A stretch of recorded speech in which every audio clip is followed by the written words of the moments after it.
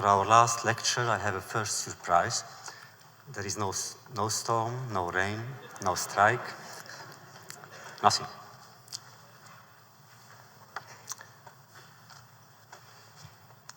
Tonight, tales. Very simply, tales. Moses Mendelssohn was a philosopher, and he was as famous as a philosopher as he was famous for being very ugly. Most parts of his body were twisted, yet on account of his intelligence, the most beautiful and richest girl in town had been chosen to be his wife. Both parents agreed to the match and naturally did not bother to check with the principal parties interested, Mendelssohn and the fiancée. Well, it was customary that way. Parents already then thought that they knew better. The children were not to see each other until the wedding. Everything was all right. The bride was in her room with her friends and female relatives. The bridegroom in his room made the customary speech, drasha, holding his listeners, of course, spellbound. Then he was led to the bride. He lifted her veil and was stunned by her beauty. Unfortunately, on the same occasion, she saw him and fainted on the spot. People around Mendelssohn tried to reassure him and said, "You must understand, she's excited, all brides are." He understood.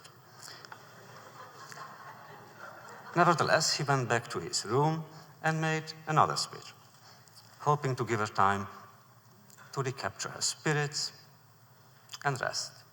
1 hour passed, another one.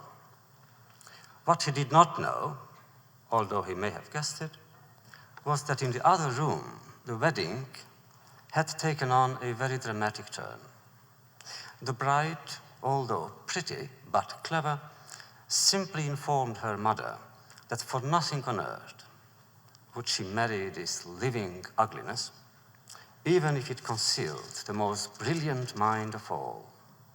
Well, you can imagine the tears, the sighs, the uproar, aunts and cousins, and jealous distant relatives, and old maids.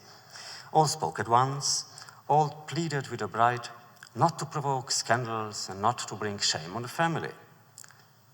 She listened to nobody.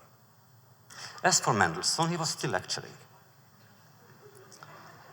Finally, he understood that something had gone wrong. He requested an explanation. It was given to him. His reaction was calm. He sent a message to the bride. He would like to see her for 5 minutes, but alone. And then she would be free to decide. She owed him at least that much. They met alone. It was not very conform to the religious practices of that time, but that was not really the problem. Mendelssohn then said to her, "I understand your reaction, but please permit me to tell you a legend based on the Talmud. Before a child is born, a heavenly voice announces already the name of his future wife. When I heard it, I asked the angel who guarded me to show me the person behind the name. He refused, I insisted. Nothing doing. So I chose blackmail. I said, either you show me whom I am going to marry, or I refuse to be born.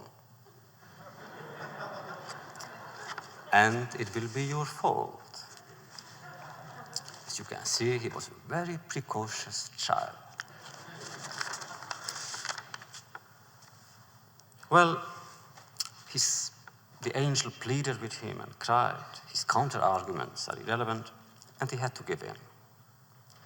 He took me to a place unknown, to me at least, and pointed at a creature whose sight turned my blood into ice. Her body was more distorted than any idea conceived by any philosopher.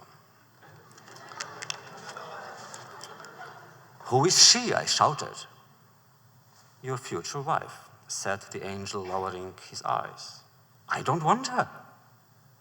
And the angel said, it's not up to you to decide. Oh no, after all, I am marrying her, and in that case I refuse again to be born. I would rather stay here. The angel, poor angel, began to cry.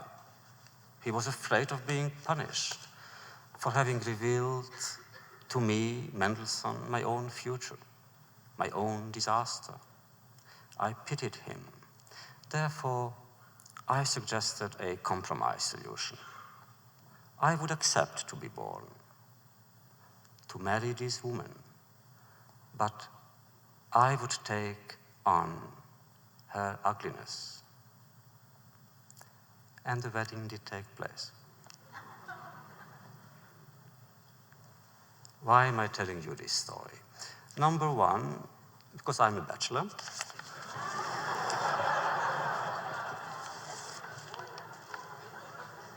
Number two, because I have told you so many Hasidic tales in the last 3 encounters that we had, that I thought maybe a time has come to tell you a tale of someone whom the Hasidim did not particularly appreciate.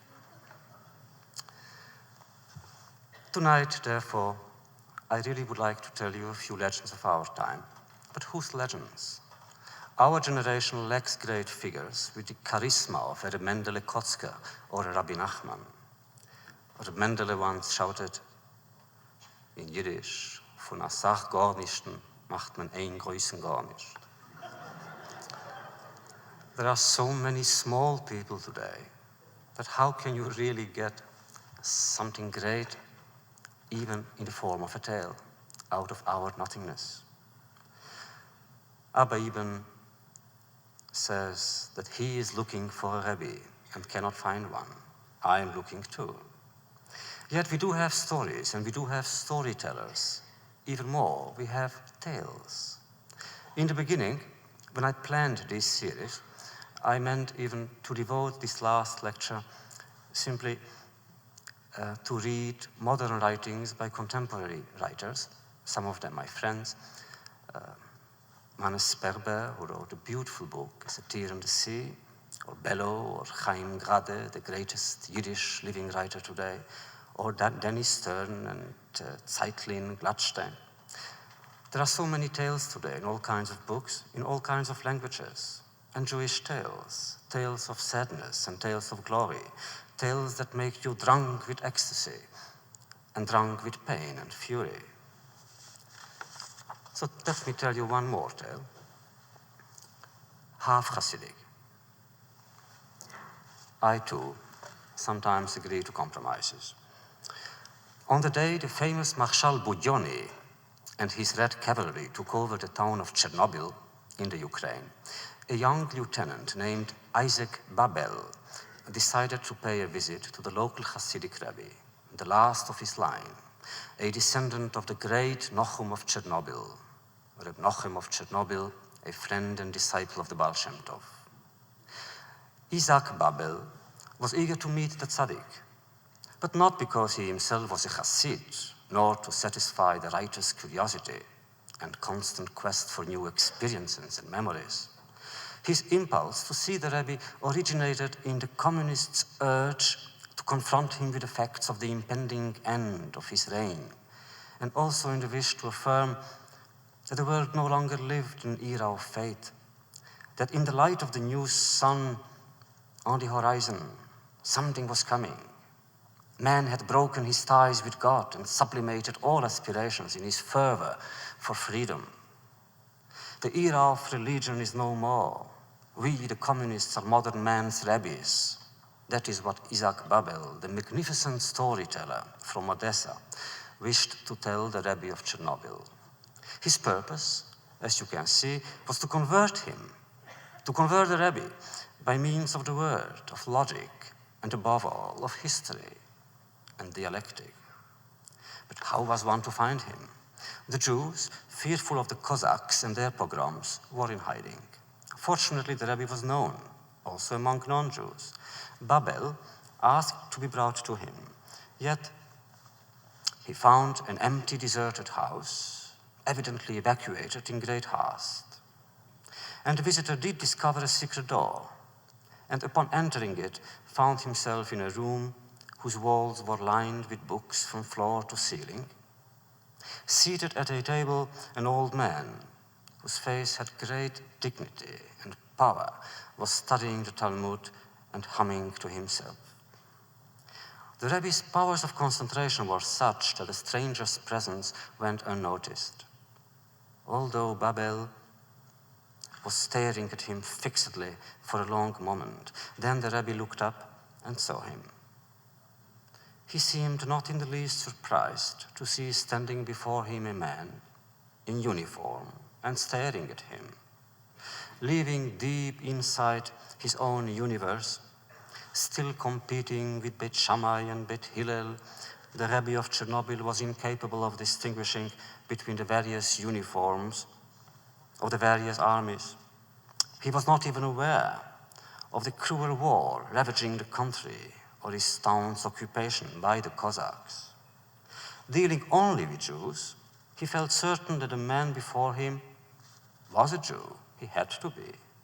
And if he was here, it meant that his blessing was needed, or possibly his intervention up there.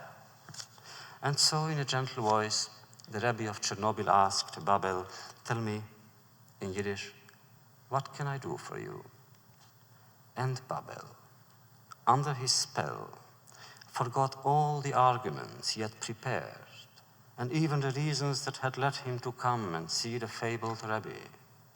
And from the deepest recess of his being, a cry rose to his mouth, a cry that was formed before his birth. "Rabbi," in Yiddish, "Git mir hislahavus," give me some fire.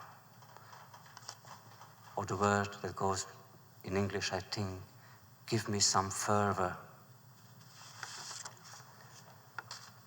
With this modern legend, we have almost come full circle. It brings us back where we started 2 months ago, when we paid homage to the stranger who came to Hillel and asked to be taught the whole Torah while standing on one foot. Said Hillel, as you remember, "What you do not want people to do unto you, do not unto them." What a peculiar way of answering. Is this the whole Torah, which supposedly one can never fully grasp unless one's life is as eternal as the Torah itself? No. Hillel's answer was nothing but a parable concealing the real answer, which is given rather than taught. The Torah, Hillel could have said, can be accepted in the passing moment. Accepted, yes. Mastered, no. Was the stranger convinced? Yes or no, it does not really matter. If yes, it must have been because of the beauty of the tale. This is why, and this is what we have attempted to show in our encounters beginning 2 months ago. Our purpose was to tell rather than teach legends. Our aim was to illustrate their purely aesthetic quality, which is a key to whatever Judaism stands for and whatever it aims to prove. For what is Judaism if not a tale? And what is Jewishness if not, at least at the origin, a rebellion against vulgarity? And Judaism, as we know, comprises both the law and the tale of the law. Like the halakha, the law, the agadah, the legend, transcends the present and its limit. In behaving in a certain way, in following a certain pattern, in doing what has been done and repeated throughout generations, the Jew is not perpetuating relics, but instills life, if not urgency, into the past. In observing certain laws, one is linked to him who gave them. In telling certain tales, one is capable of rejoining those they are about. As the Midrash said, "Retzoncha lehakir, mi she'amar v'haya ha'olam, lemata gada." Do you want to know him who by the power of words created the universe? Study legends. We are not studying, we are telling them. Because through legends one can go back to the source, for there is only one legend, and this legend, reaches in 2001 nights. Therefore, the original title of our series was, with relation to tonight, somewhat misleading. Jewish legends past and present, they are all the same. What has been true 2,000 years ago is still true today. Whether in the Midrash or in the Hasidic literature, it is ein mukdam u'meuchar b'Torah. Nothing is late, nothing is early, time is of no importance. A tale is defined by its virtue in combining past and present. A parenthetic example, we mentioned Reb Nochem of Chernobyl, the forefather, the great-great-father of the Babel rabbi. Reb Nochem of Chernobyl was poor and turned poverty into a philosophy, a Weltanschauung. Poverty, he said with humor, is a precious gift, a rare stone, a diamond. And what is more, it costs so little. Well, the same concept, without its naive humor, runs through many Talmudic texts. Whether the poor themselves were convinced of their luck is not known, but it ought to explain why most Talmudic scholars for centuries were considered poor and batlonim, misfits, to the extent that they were really gullible. We spoke of fervor. It is this fervor which has always dominated the Jewish soul and the legends it illuminates. In contrast to what we are taught by science, the Midrash claims that the first man, Adam, was more beautiful than all his descendants because the past links us not to the ape, but to creation and its author. Adam, says the Midrash, wished to be a poet. He began to sing. And so, the angels mistook him for one of their own. In order to delineate more sharply the borders between angel and man, God put the latter to sleep. The rest you know. In his sleep, Adam dreamed that he had met the woman of his life. And his dream still endures. And sometimes it is not a dream. Yet his poetic outbursts are continuing. Only now, while he is singing, it is the others who fall asleep.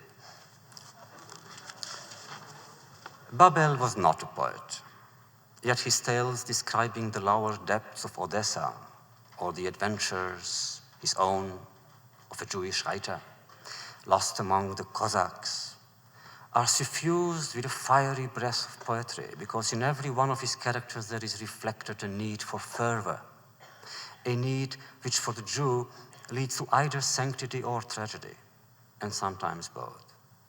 The two sons of Aaron, great priest and brother of Moses, died on the threshold of the sanctuary. And the commentary is, Hosifu ahava ala hava. Their death was the culmination of an excess of fervor, of ecstasy. Paul Valéry, a French poet, said about the Palais de Chaillot, Ami, n'entre pas ici sans désir. Friend, do not enter this place without desire, without passion. For the Jew, it is not a matter of entering, but of breaking down doors. He does not walk, he runs. His desire does not bring to mind the babbling of a brook, but the hypnotic appeal of a precipice. His fervor is a passion doomed to stay unfulfilled. It is not by chance that so many Jews found themselves at the origin of so many revolutionary movements, the hippies included. Even the unbeliever fashions for himself an eschatological vision of the world. With Freud, what matters is where one comes from, da minain bata. With Trotsky, what matters is seeing where one is going, da liana taholer. And very few are going one step further, if neimiyata titlatet in the cheshbon. Yet, though one links the present to the distant past, and the other links it to the future, also distant, both tend to transcend it in their wish to save it from being swallowed by the commonplace, the routine. If I am to believe one of my rabbi friends, the Baal Shem Tov might have been a prey to what today would have been called a kind of LSD hallucinations without LSD. You may smile at this, of course, so do I. I do not think that LSD is needed to attain hallucinations, good ones. But somehow in both cases, and this is a thing really to study, the language, the Hasidic language and the LSD language is often similar. For instance, what is a kvitzat haderech, if not a trip?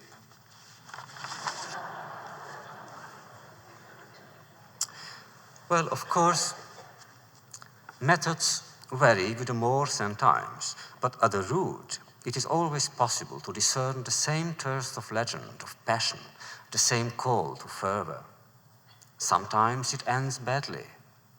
Most of the false messiahs ended up by converting either to Islam, as did Shabtai Tzvi, or to Catholicism, like Jacob Frank. Pushed to the extreme, fervor engenders madness, loss of faith, or death. And the example, of course, is the Arba shenichnesu lepardes, the 4 sages that entered the orchard of wisdom. They studied the Maaseh Merkava. They admired the beauty of the universe, the way God conducts his world, and they found it beautiful for some reason. So one got mad, and so forth and so forth. In the case of Babel, his communist fervor cost him his life. 20 years after his encounter with the rabbi of Chernobyl, disenchanted by the purges, having adopted silence as a form of literary expression, he was executed on Beria's orders. A few years later, in 1952, Stalin, in a paroxysm of anti-Semitic paranoia, ordered the arrests of scores of Jewish poets, novelists, and actors, Peretz Markish, David Bergelson, Der Nister. The Jewish community of Russia was entering the Tochacha, the era of malediction, haunted by fear. It dreaded both dawn and dusk. It lived the hour of biblical legend. One day, the tales that sprang from this period will be taught in schools. A writer was ordered to appear at a public meeting to attack his colleagues and friends who were already in prison. We know his name. Being a Jew himself, he knew what risks he was running by disobeying, so he came. But standing erect under the gaze of his listeners, he remained silent for a long time, unable to utter a word, and then he collapsed. He was arrested, convicted, and shot. Another, Der Nister, was among the last ones to be apprehended. For entire days and nights, he paced his room crying. He was saying, "All my life I wanted to be a Jewish writer, and now I am beginning to have doubts, because if I were a Jewish writer, I would have been arrested by now." Shortly thereafter, the police knocked on his door, and he welcomed them. "There you are, at last." Reassured, he assumed his martyrdom, which to him carried a meaning of a certainty, that of his destiny as a Jewish writer. A third, the poet Peretz Markish, lost his mind in prison. It is said that Stalin had given orders, specific orders, to drive Jewish writers to insanity before murdering them. Many years before, one great Jewish poet, Ossip Mandelstam, was driven to insanity. He too was arrested in 1938. He was in a labor camp, and every night he was sure that at 6 in the morning he will be taken for execution. So his friends simply managed every night to move the clock always forward before he awoke for years.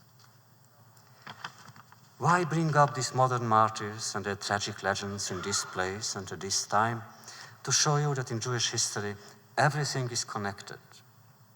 Isaac has been sacrificed and saved, more often sacrificed than saved, but more than once. The word spoken and heard 3,000 years ago affects us today. The temple in flames is part of our daily reality. The promise made to Abraham is still weighing on our will to survive. The legends of the Talmud, the legends of the Midrash, are not mythological in character, not for us. They are alive.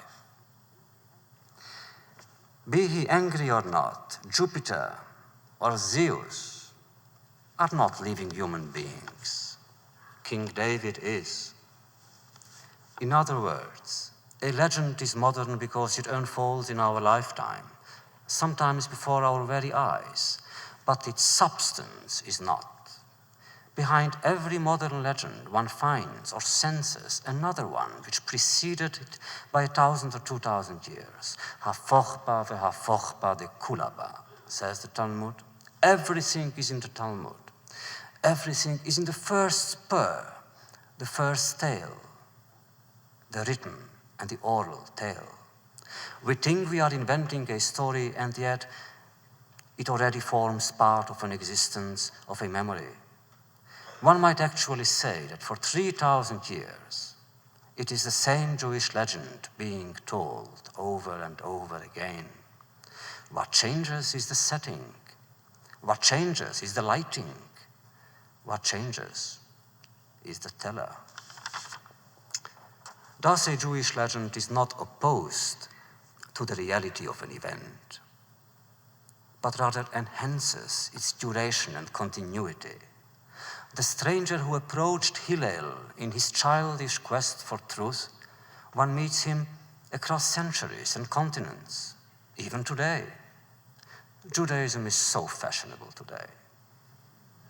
Some people believe it's enough to read a given book, attend a given lecture, and then they will know everything there is to know about Judaism.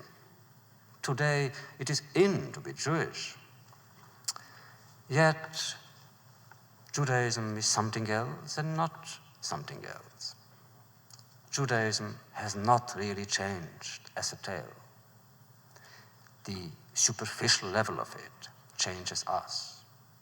Job, Reb Mendele of Kotsk, Rabbi Nachman of Bratslav, the three subjects of our three previous talks are not figures of what Toynbee called a fossilized civilization. The tales about each of them are relevant to our lives today. All three, each in his own way, went to the very end of his quest, and each did so with ultimate fervor. An ancient proverb maintains that it is not because two clouds meet that the spark is lit. Two clouds meet for the spark to be lit. We find it in the Talmud. Baderech she'adam rotze lalechet molichim oto. Translation, man is led on the road he already chose. If we are what we are, it is also because of Job's doubtful submission, Reb Mendele's angry outbursts, and Rabbi Nachman's breathtaking hallucinations. They acted on our sensitivity. They acted on our mind. Their stories, sometimes, if we are fortunate, we live them through. The topicality of Job needs no elaboration. His rebellions could be ours, indeed ought to be ours. For he who today does not address himself to God, to question his ways and mysteries, offers him nothing but his defeat.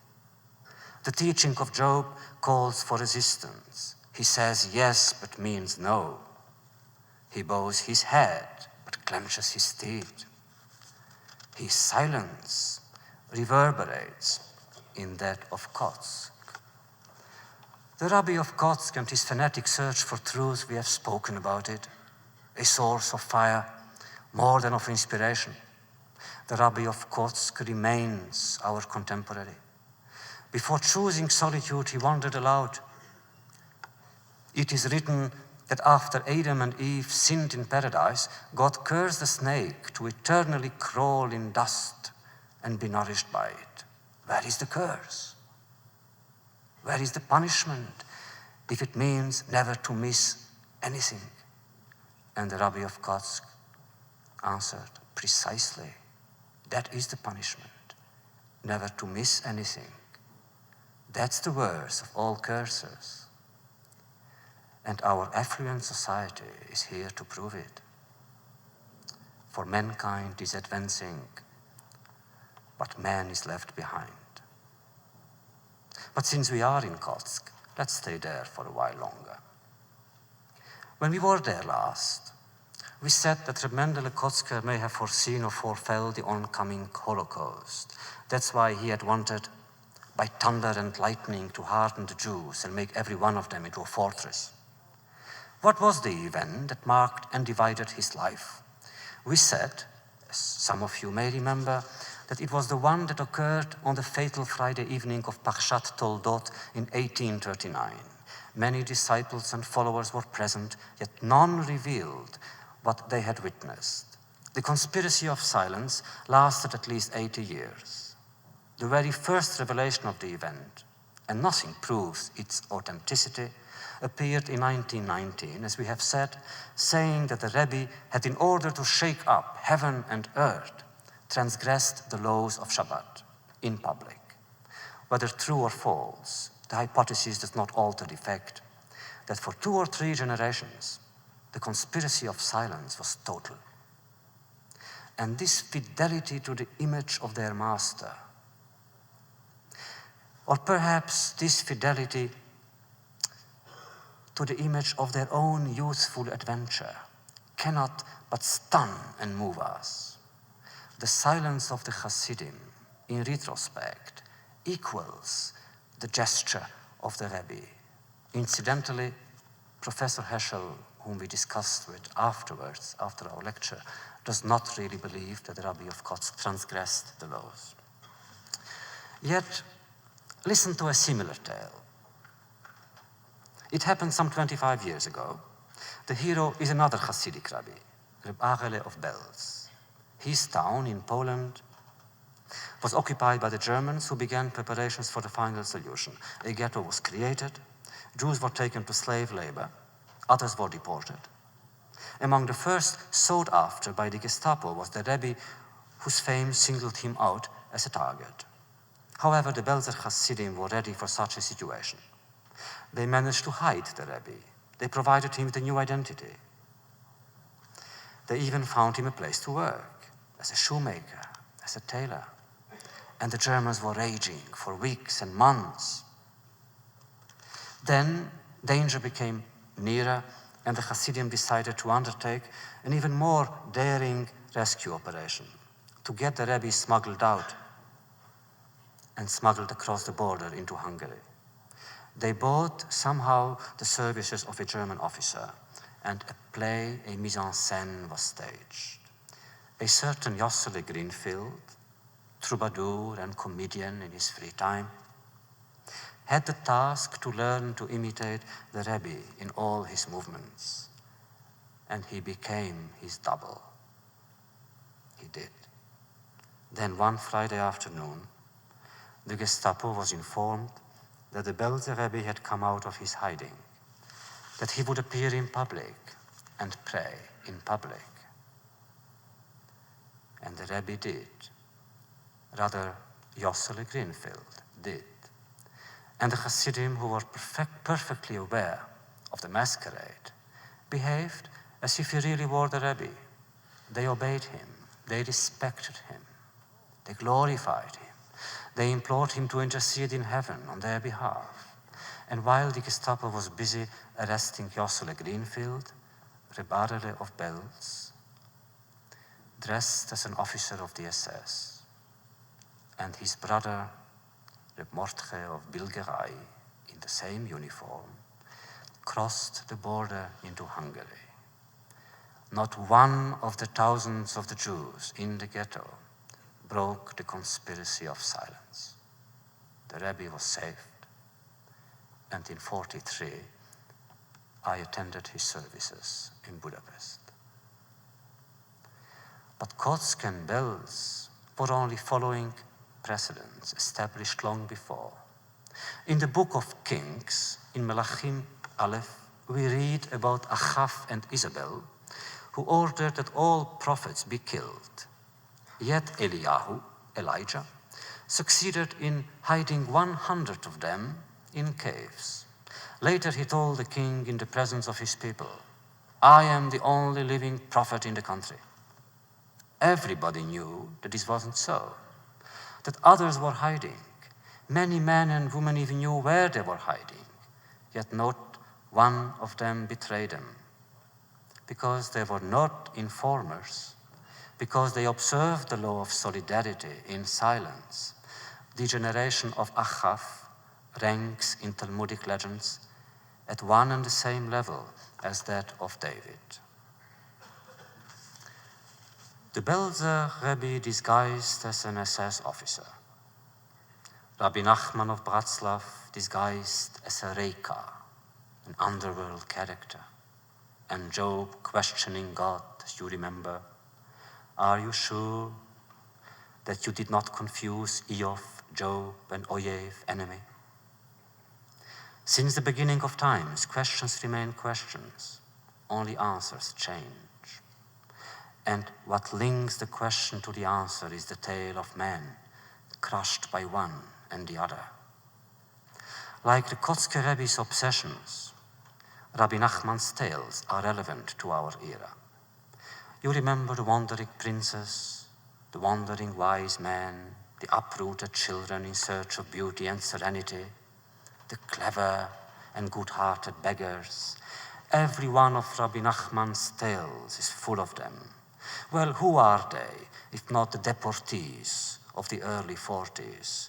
Who are they, if not the displaced persons of the late 40s and the early 50s? In Rabbi Nachman's universe, the characters are eternally changing roles and stories and settings. Don't they reflect the image of the Jew today? Who is he?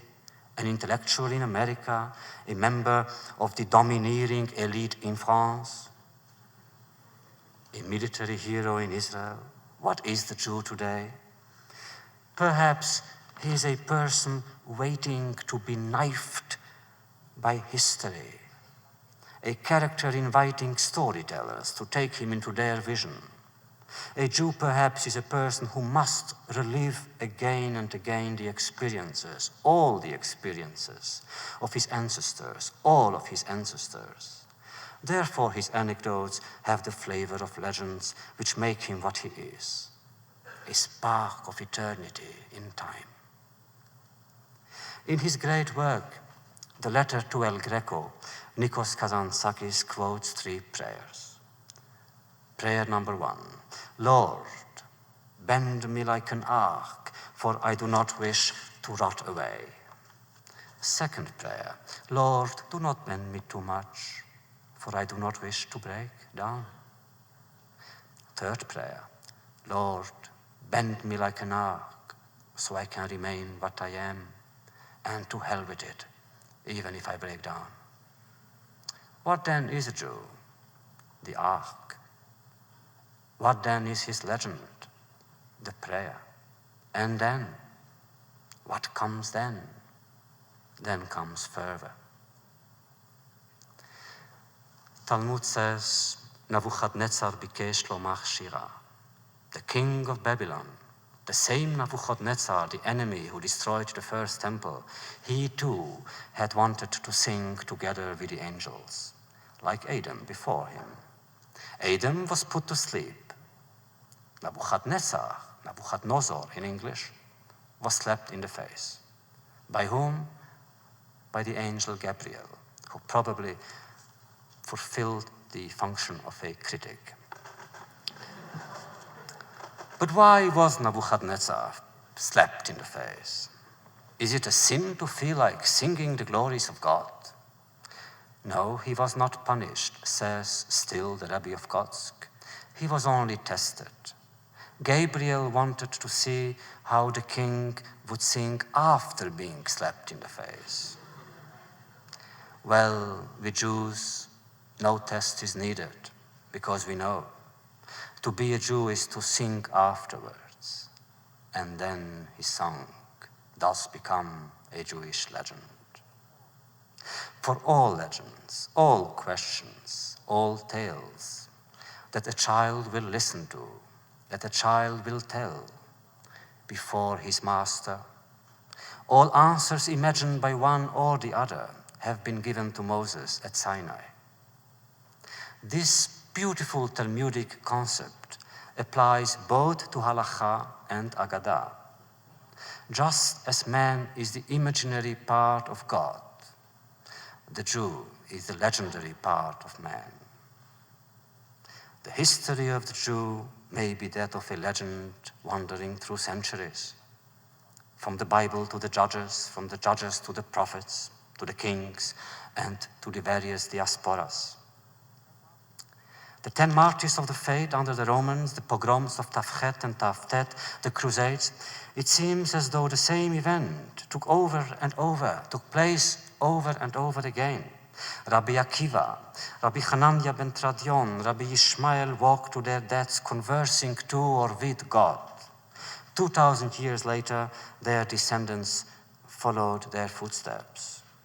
2,000 years later, many went to their death the same way. Yes, it took 2,000 years for the legend of Rabbi Akiva to reach the Warsaw Ghetto. Once upon a time, there lived a saintly man named Rabbi Zeitlin. He was a poet, a philosopher, a columnist, a guide to his community. He saw the approach of the onslaught and had an idea how to prevent it. He tried to gather around himself 10 men, 10 just men, simply to recite Tehillim, the Psalms. Would that be sufficient? Yes or no, it did not matter.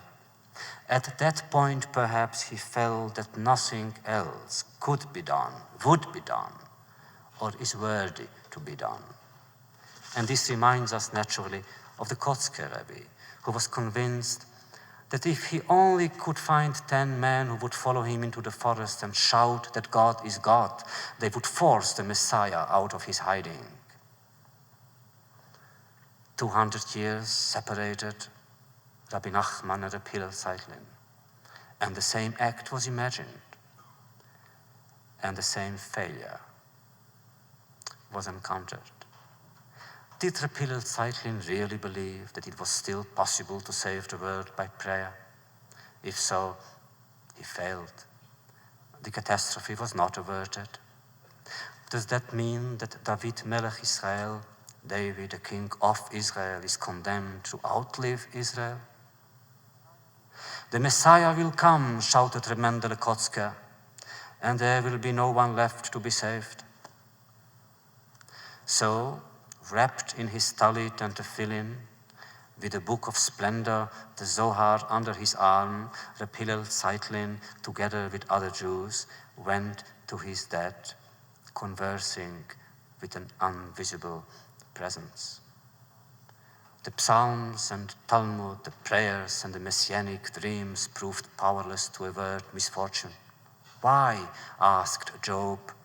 Why is there conflict between divine truth and human justice or injustice?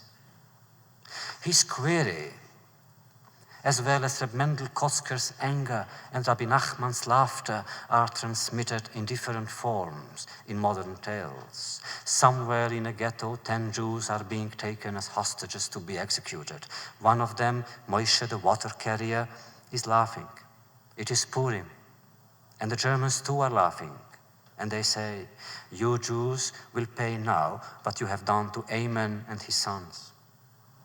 But Moshe is laughing, and he explains on the gallows, today I am Moshe the water carrier. Tomorrow I shall be Moshe the martyr. A pious Jew somewhere in a camp spoke to God. Perhaps I am guilty. Perhaps we are all guilty and deserve this punishment.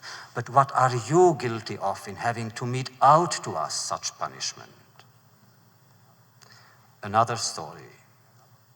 Another pious Jew in another camp assembled a rabbinic tribunal to judge God. Still another story. A Kabbalist, his eyes closed, his lips sealed, addressed himself to God of Abraham, of Isaac, and Jacob. I give you my faith as an offering, although you reject it.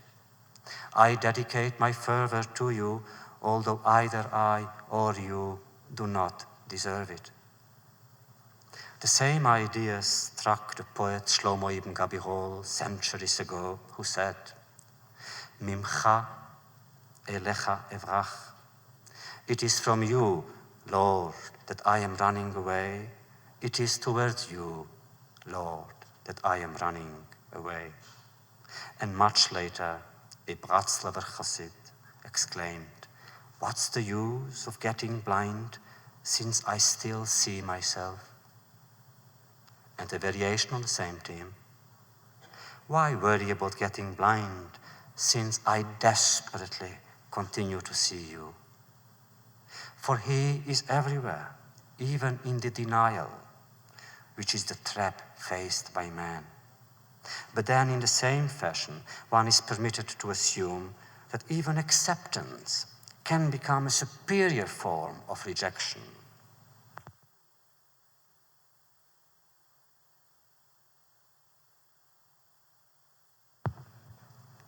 Next day, I was shown by Professor Lieberman one of the most beautiful passages in the Talmud. God may laugh, says the Talmud. It is written, Yoshev Bashamayim Yischak, but im habriot, velo al habriot. God may laugh with man, not at man. Is the anxiety lifted? No, but the tale is beautiful. Let us stay again with Rabbi Nachman. We have described in our last talk his bizarre behavior in Istanbul on his way to the Holy Land. He dressed like a beggar, a drunkard, a simpleton, taking on different identities and disguises. And according to his disciple Reb Natan, he mingled with children in the street and played with them in war games. Rabbi Nachman, the great grandson of the Baal Shem Tov, playing at war with children.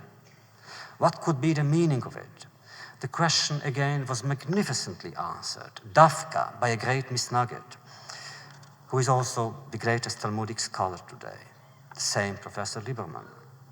Said he, preoccupied with the wars that were unleashed then, Rabbi Nachman had to protest somehow against these wars. And how does one protest against war?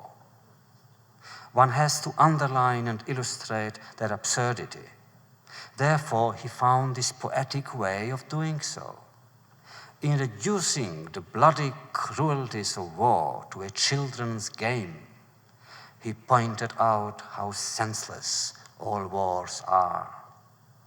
And here too, the symbol has relevance to the present situation.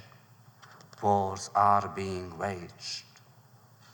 But now they are being waged against children. Was it Heinrich Heine who said, I know all the dates in history, but not the events. With us, it is different.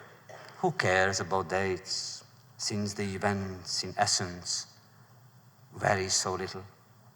Once upon a time, Jewish communities were massacred by the thousands, yet the few remnant using Jacob's ladder took it upon themselves to clear the ruins of the temple in fire and rebuild the kingdom around it. Once upon a time, the few defeated the strong. Humility overcame arrogance. The besieged dispersed the surrounding enemies. Is this the tale of the Maccabees, of Bar Kokhba, of Israel today? We live in times when reality itself is disguised as legend. In order to accomplish the exodus from Egypt, God had to harden the attitude of Pharaoh. Had Nasser and Hussein not voiced publicly and repeatedly their determination to destroy Israel, they wouldn't have enabled her to attain victory. Had Hussein been more patient, more tolerant, more moderate, Israel would not have taken possession of the old city and its western wall, whose stones incarnate the fidelity of a people faithful to its past. Whoever lived and witnessed this period, both tormented and exalting, became part of a biblical or Talmudic tale. The liberated cities had the same names as had the officers and men who conquered them.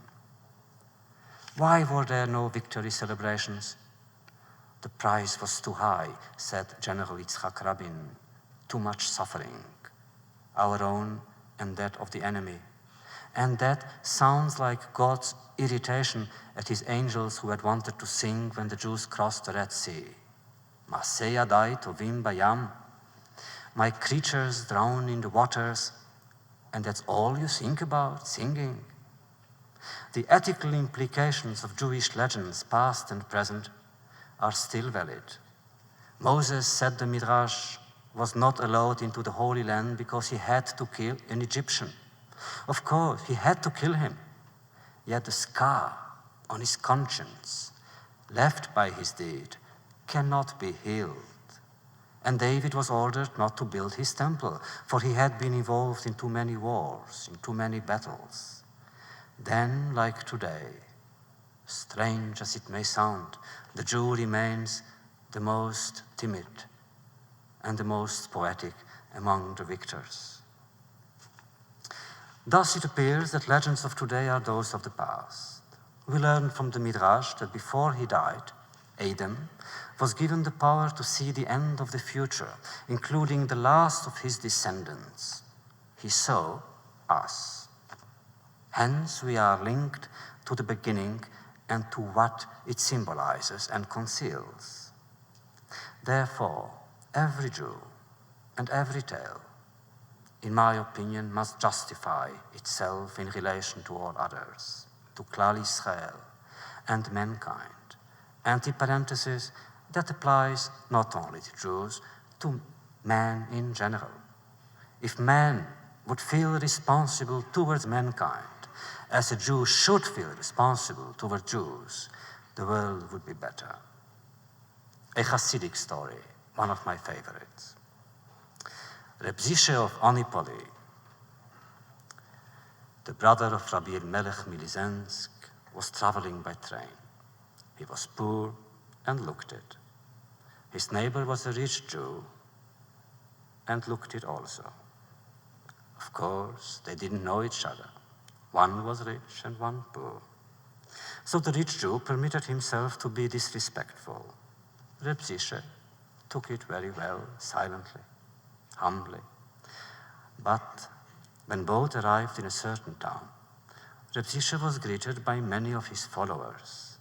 Guilty and repenting, his train companion came with tears in his eyes and pleaded for forgiveness, explaining that he didn't know that the poor traveler was Reb Zishe. How could he possibly have known? Reb Zishe of Honeypoli then listened with sympathy and answered with genuine kindness, I would gladly forgive you, but how can I? You did not insult Reb Zishe. You insulted a poor man.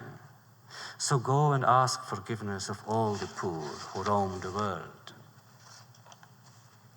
In other words, if a Jew is humiliated anywhere, we all are.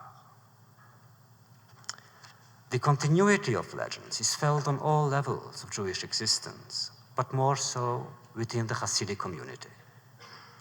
The Hasidim have somehow managed to maintain alive memories and practices of Jewish centers, which without them would have sunk into oblivion.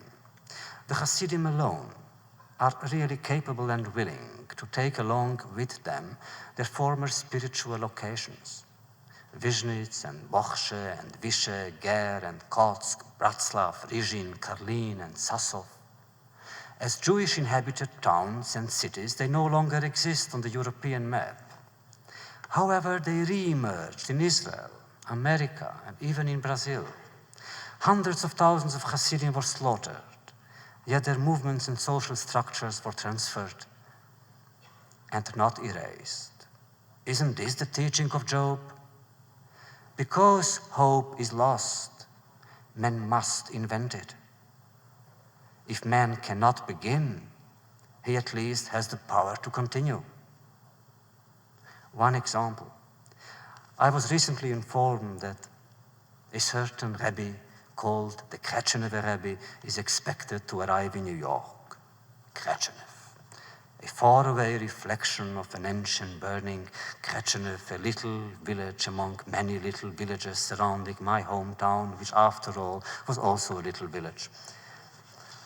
I remember the Chernobyl rabbi, a descendant of the dynasty of Nadvorny and Przemyślan. He was a man of great physical power, strongly built, heavy shoulders, and a bushy head. He used to shout his prayers as though he wanted to use force with God.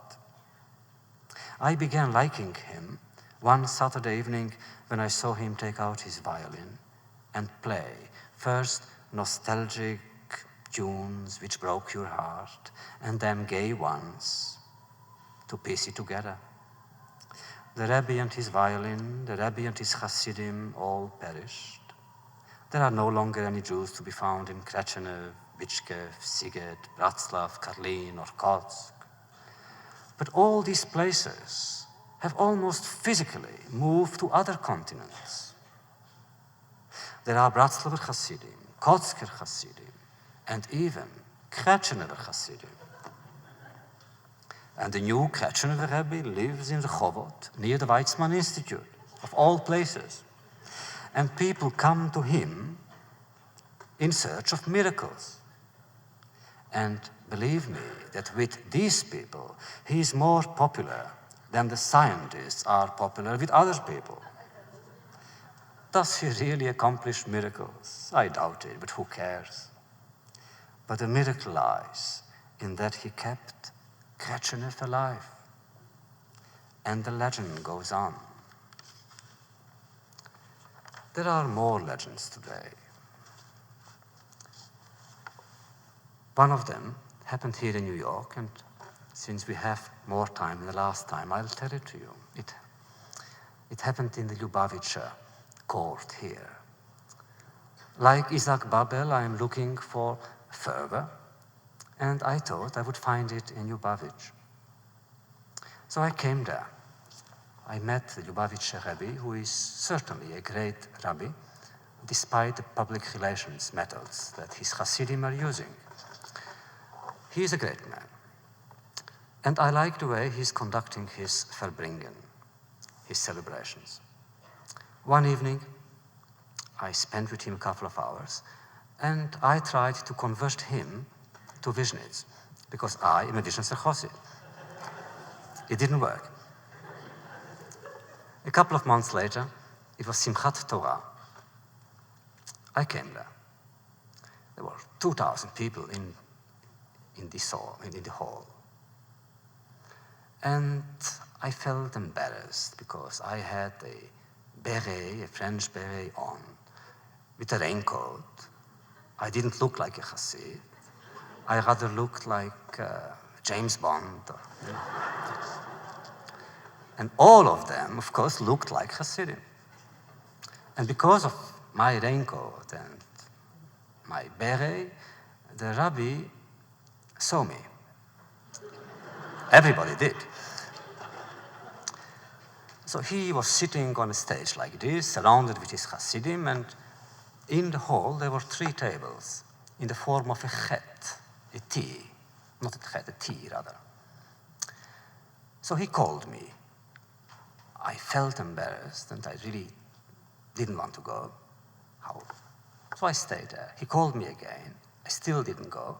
But then he said something to his people, and literally I was lifted up in the air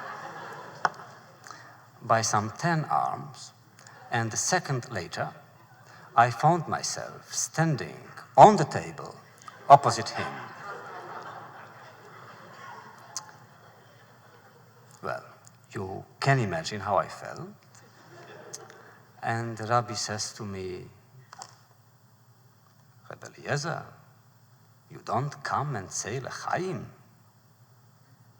and wish me L'chaim. I said, Rabbi, don't you see? I went over 1,000 heads to come and wish you L'chaim. He says, is that how one drinks L'chaim in Vishnitz? I said, Rabbi, I am not in Vishnitz, I am in Lubavitch. So he says, but do as one does in Lubavitch. I say, how does one do in Lubavitch? He says, I'll show you. And I was offered a glass full of vodka.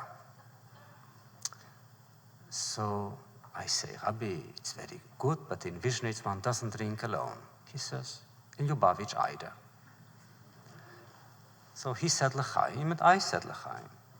But I am a very poor drinker. So I sipped a very short swallow of vodka. And he says, is that how one drinks in Vishnitz?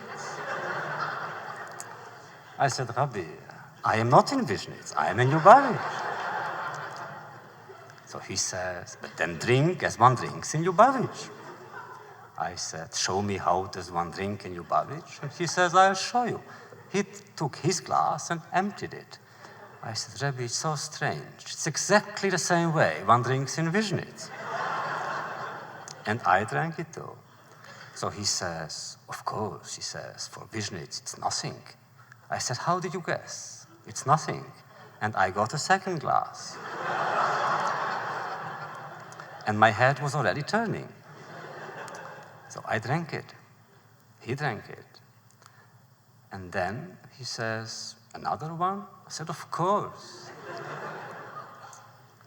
The strange part about it is that the 2,000 Hasidim there were sure that the rabbi and me were talking Rose de Rosin, some very important...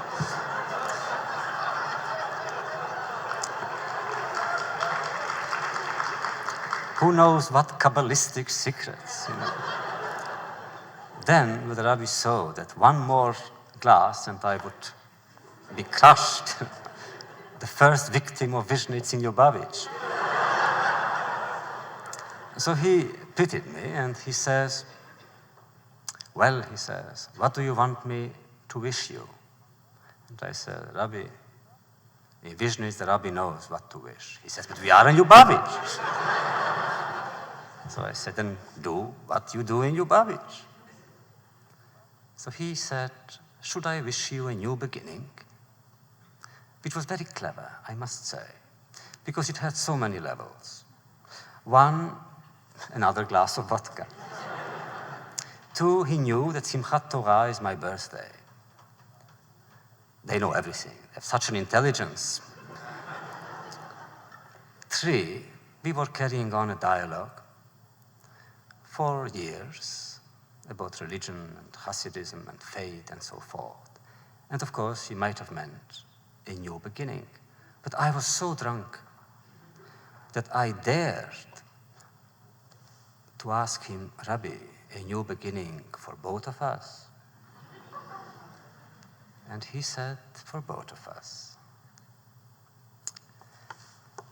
Another very beautiful tale, which I am collecting, has to do with Israel's Prime Minister, Levi Eshkol, who is coming here in February as an official visitor or unofficial visitor. I was with him when he went to the White House in '64, the very first official premier visit by a premier. And it was very touching, because when Johnson wants to do something, he does it well, except in Vietnam. But he had, the armies, the Marines, honor guards with music. And poor Eshkol, came out, we with him, and we didn't know what world we were. And Eshkol, who never had any military training, had to inspect the honor guard.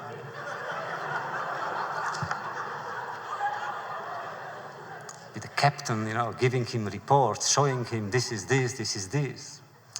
And behind Eshkol, Johnson. And it was something really moving to see that for that moment, Johnson is one step behind. The real person then is Eshkol. And the ceremony was so colorful that Eshkol had tears in his eyes. So an hour later, I asked him, tell me, what did you really see? What did you really feel? What did you really think that moment? And he gave me an answer which cannot be invented, which must be true. He said, I don't know why, but suddenly I saw myself again as a child in the Ukraine, coming out of cheder, of school, with a lot of young, non-Jewish anti-Semites chasing me. What makes Eshkol run? Now you know. Another tale which I collected has to do with Golda Meir. She was also received by a president, but not as an official guest. She was received by the late President John Kennedy in Palm Beach, and she came to plead with him in '63 or '62, the end of '62, to get Hawk missiles for Israel. And Kennedy said no. He said, I'll give you whatever you want, but not missiles. Because then he was still naive, and he believed that world disarmament is possible, and he wanted to limit the missile race and so forth. And he said no, no, no. And at one point, the discussion was so heated that he, in an outburst, said, but Mrs. Mayor, tell me one thing. I am offering you economic aid. I'm giving you diplomatic support. I'm giving you secret guarantees, but not missiles. And she says, we would like all the other things, but missiles too. And then he says, but why is Israel so security-minded all the time? With whomever I meet, only security reasons. And Golda Meir, whom I saw the very day she met Kennedy, told me the following thing. She said, suddenly I had no more arguments. All the political arguments were gone. What could I have told him? So I simply told him, Mr. President, I am the daughter of an ancient people. Twice our temple was destroyed, our people dispersed, and our sovereignty taken away. Yet we have managed to survive for 2,000 years because of a dream that one day we will have it again. One day we shall have the temple, one day we shall have sovereignty. And this dream is what linked the Jew of Brooklyn to the Jew of Paris, the merchant of Liverpool and the tailor of Lodge, the mystic of Safed and the philosopher of Amsterdam, the industrialist of Massachusetts and the rabbi of Haifa and Tzfat and Jerusalem. Should this beginning, which we have just opened with patience and impatience and toil and blood, should this beginning be taken away from us, the merchant in Liverpool and the tailor in Lodge the industrialist of San Francisco, and the philanthropist of New York, and all the Jews who have no link, all the Jews dispersed and so different one from the other, would not even be capable to dream. And that did it. It's unbelievable. Kennedy looked at her, startled, and without a word said, "All right, you got the missiles." So you see, legends are important. Perhaps the world was not created by the Word, but it surely was created for the Word. And the Word, in the final analysis, is more important than missiles. All the machines in the world do not possess the power and the mystery that are contained in one word, especially if it is conceived in fervor. Well, here we are at the end of an adventure, of an experiment. The series of our lectures are over. What we did not know 2 months ago, we do now, to my surprise. They will continue next year. Next year, we shall try and tell more tales. We shall also try and show that they are always the same, although their beginnings are not. The world is still incomplete, said Franz Rosenzweig, said also the Kotzker Rebbe. It is man's task to complete it, and the same could be said about legends. After everything has been told and retold, only then one becomes aware that everything still remains to be told. The end of a tale goes beyond its own end, just as the beginning of a tale has its own tale. A true tale is one that survives those who live in it. The Talmud says, "Leolam al yiparet adam mi chavero ela mitoch dvar halacha." When friends part, they should invoke always a matter of law. My very close friend, David Weiss, who teaches Talmud, would be more apt and more qualified to teach halacha here. So therefore, I will not slap my own face and enter halacha. Therefore, I will simply say this. As a child, I heard a storyteller telling many tales. The storytellers were never the same, and the tales I told were never the same. But I know now it was always the same tale, for always they began with the words, "Once upon a time." But then the storyteller disappeared, and the storyteller took the tale with him, and he even took time itself with him. And my looking for his tales is what he left me.